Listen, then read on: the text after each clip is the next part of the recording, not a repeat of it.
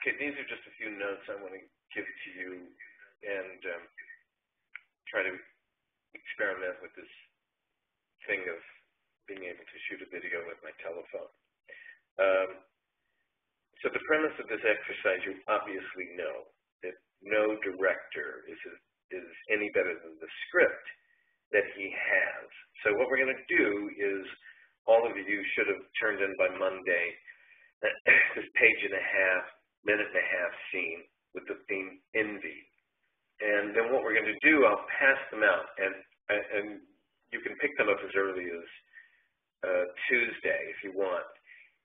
And I want you to make notes as if you're talking to a writer about how you would like to develop the script, ideas that you have about maybe lines that need to be changed, or the direction it's going, or what it is that you think needs to be done in order to make this minute and a half scene better. So all this really is an exercise in developing a script with a writer.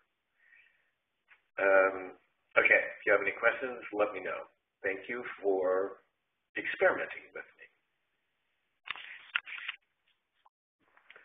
I'm back. A little bit the worse for wear, but I'm back. Okay, assignment for Friday. I think it's going to work out that we'll have class. I had told Glenn that we would sit in on, you could sit in on the session of me working with the writing project, but which you're welcome to do, but I'm sort of more interested in the audio project. We'll do a bit of text analysis on each one. I'll give each of you about 20 minutes. What I'm interested in are your reflections on the script, what you think it's about. And I want you to think about character. I want you to think about things that you can do that will reflect character choices that you've made, perhaps how the character will live in the space. I don't want this just to be another proficiency drill where you're basically just trying the skills of shooting. I want you to really make an attempt to really shoot this so that there's something that's really clear. And I don't want it to just be sort of, you know, the difference between just recording something and actually making a film. So let's work on that.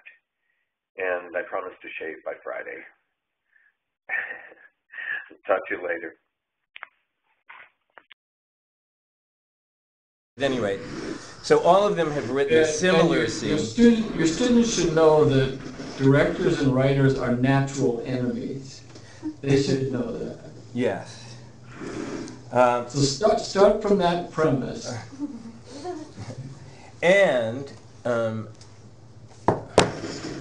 well, you know, as a writer, it just, it might be an interesting thing. I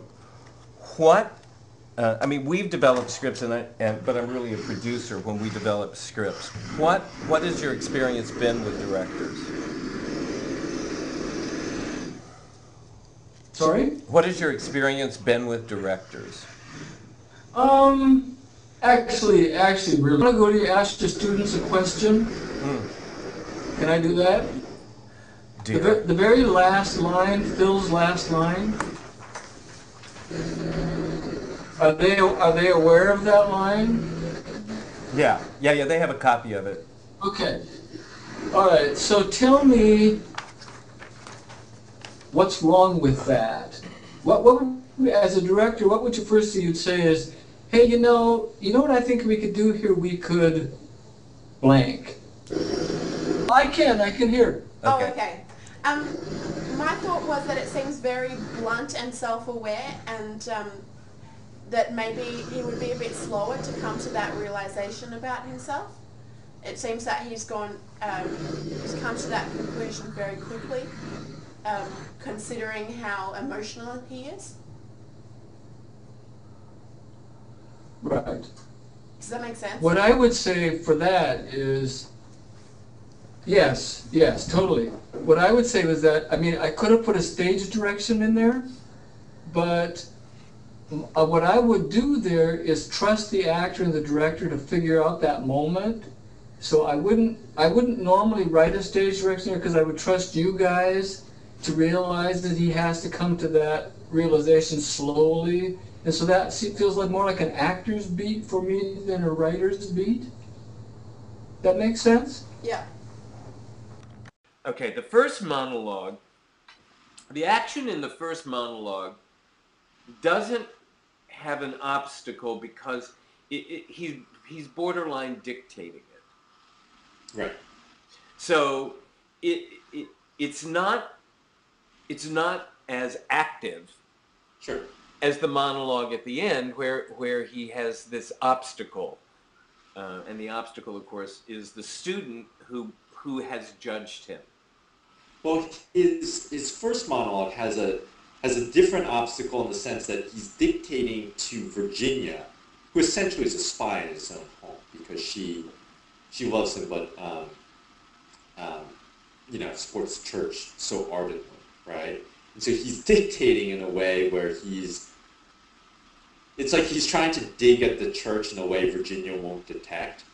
But I suspect that he doesn't think Virginia's very smart, even though he's his own daughter.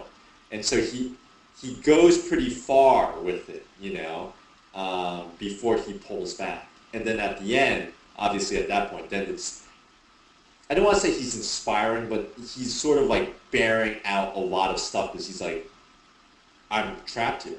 Andrea, you're actually the one that's going to go out, and do stuff, and you'll have like a script or things like that. Well, yeah, because I mean now he has the opportunity, in a sense, to publish.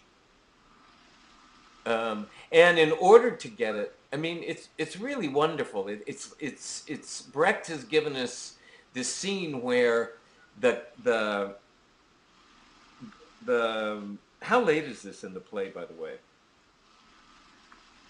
Very late. It's very late. Yeah, it's scene 14. So, yeah, he's given us this character who has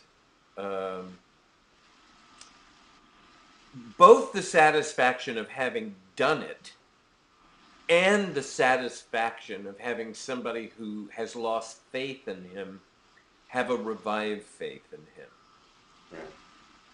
Right. It's like the ultimate orgasm.